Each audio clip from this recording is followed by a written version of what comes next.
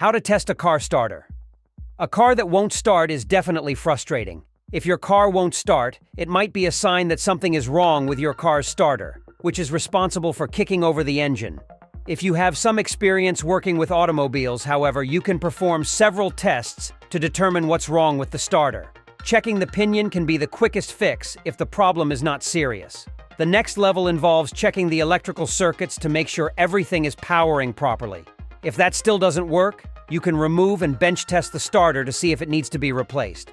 Welcome to our YouTube channel, Auto V Fix. We bring you exciting topics about automobiles and provide clear explanations of car-related issues and essential components. We share helpful and professional tips to help maintain your vehicle. Keep watching to learn how to test a car starter.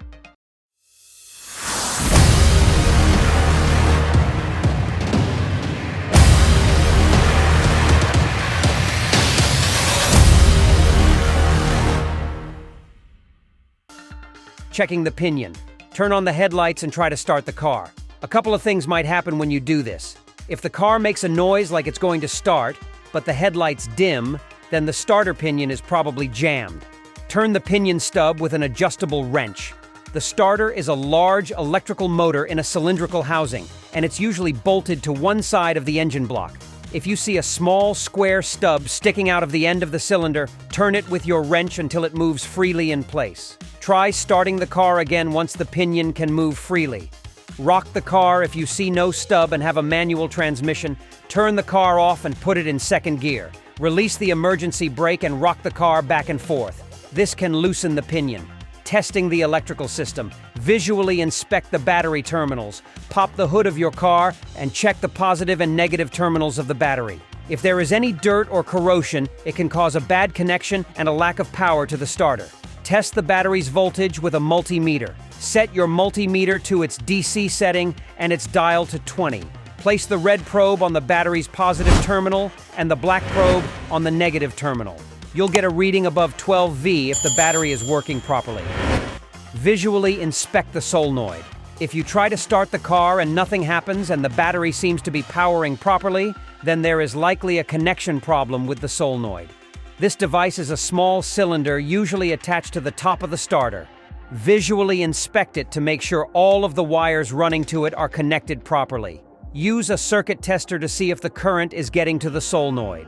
Place one lead of the circuit tester to the feed terminal of the solenoid. Attach the other lead to bare bodywork metal. If the tester lights up, then the problem is with the solenoid or the starter itself, not the current getting to it. Check the solenoid output current. Place one connector of a test lamp on the output of the solenoid and the other on the battery's ground terminal. The lamp should light. If not, you will need to take the starter solenoid assembly off and bench test it. Bench testing your starter. Remove your starter. If you hear nothing when you try to start the car and the electrical circuits seem to be okay, then there is probably a problem with the starter itself. You'll need to carefully disconnect the starter's wiring, unbolt it, and remove it from the engine block to do further testing.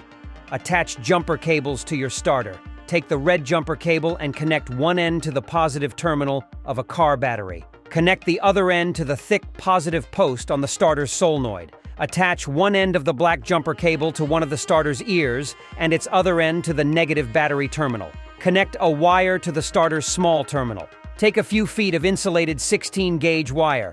Strip one end and crimp it onto the small terminal on the starter. Go ahead and strip the other end as well, but don't do anything with it yet. Hold the starter down with one foot. When you bench test the starter, it may move around and shoot some sparks.